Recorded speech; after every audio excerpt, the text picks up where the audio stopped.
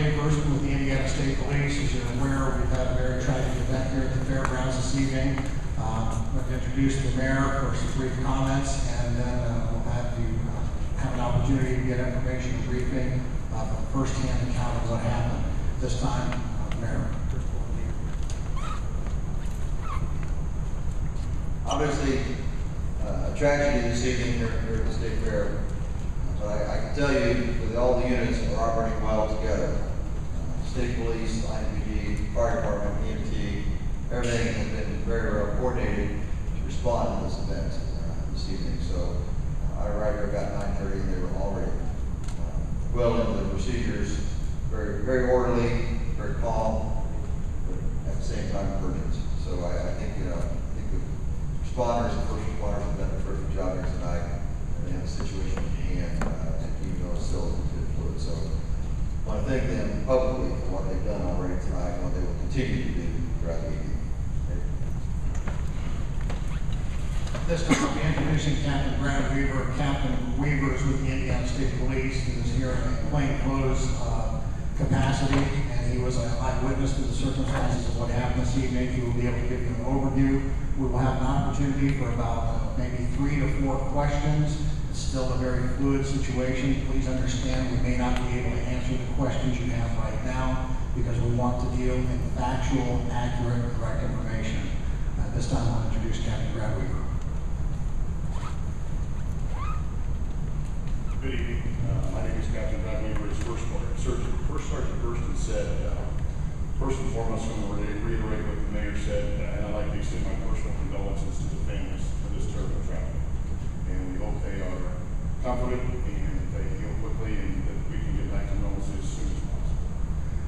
Approximately 8:45, myself and Cindy Boyd from the State Fair Director issued a warning or an announcement to the crowd that there was severe weather impending, and we directed them to either the Swine Building, the Hall of Champions, I believe, or Pepsi Coliseum. Blue Ribbon Pavilion? I'm sorry? Blue Ribbon Pavilion? Yes.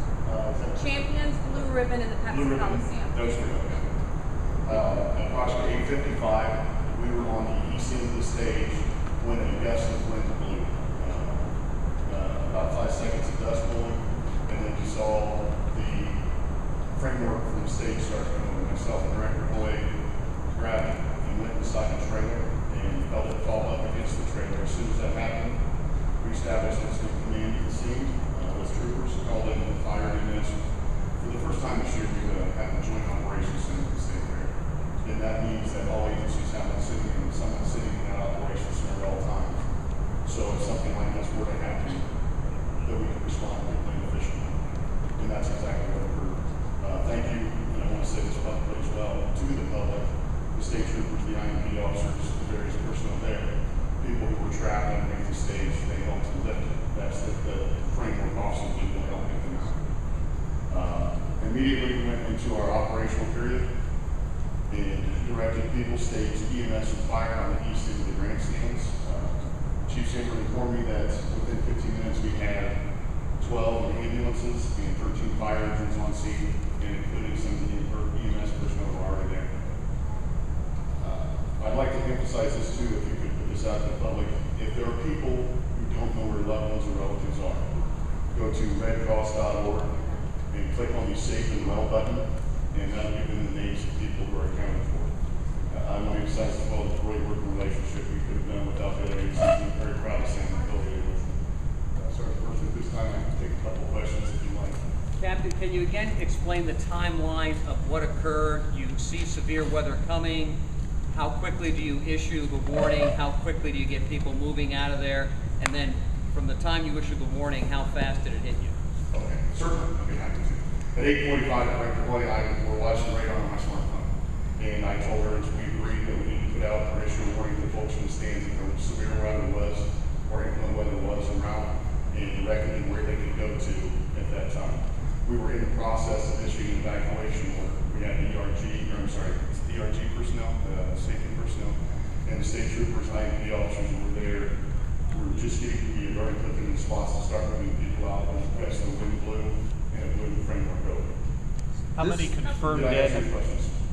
Yes, sir. This is different than the announcement that Bob Richards said, where he's like, hey, No, we this might is- pause This the is the show. same announcement Bob Richards put He out. said we might pause the show.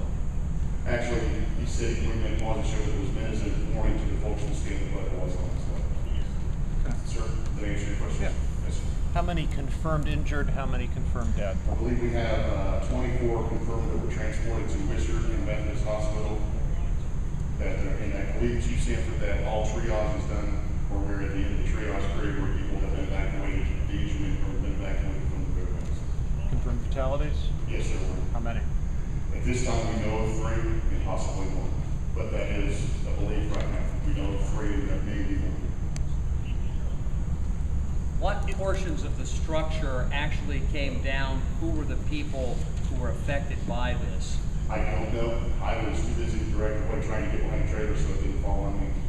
And then as soon as it was over, it came, the wind gust blew from west to east and blew it from west to east over the top of some trailers and people that were in the front part of the stage. In your mind, is there anything else you or anyone else could have done to foresee this and get people out of there sooner? Absolutely not. Last question. Brad, were you aware of the severe thunderstorm warning at the time? And then what was it on the smartphone radar that you saw that made you want to clear everyone out? Just what I saw on the radar. I was not aware of the severe thunderstorm warning. We've been monitoring the weather. I was in altitude capacity, and as soon as I saw the weather was coming, I immediately went to my smartphone and found director boy. I'm kind of an amateur weather buff myself, frankly, and in situations like these, you prepare for the worst. And that's when we put out the warning announcement to people where they could go if the weather did hit. And we were in the process of sending Bob back up there to get people moving when the wind gusted. Do you know the ages of the people that passed away? For certain. Thank you. We understand there are lots of questions, and there are more questions than we have answers now. We anticipate trying to have another briefing before midnight. We're working to confirm information about the fatalities. We're working to get more information, confirm the exact number of injured. And I appreciate your patience. Dave, at that next announcement, that's when we plan to have some information on when we'll resume the fair. And there's also been a question about when the fair will resume, and a determination about activities at the fair tomorrow and future days will be made at that next briefing, hopefully before midnight or at midnight. Thank you very much.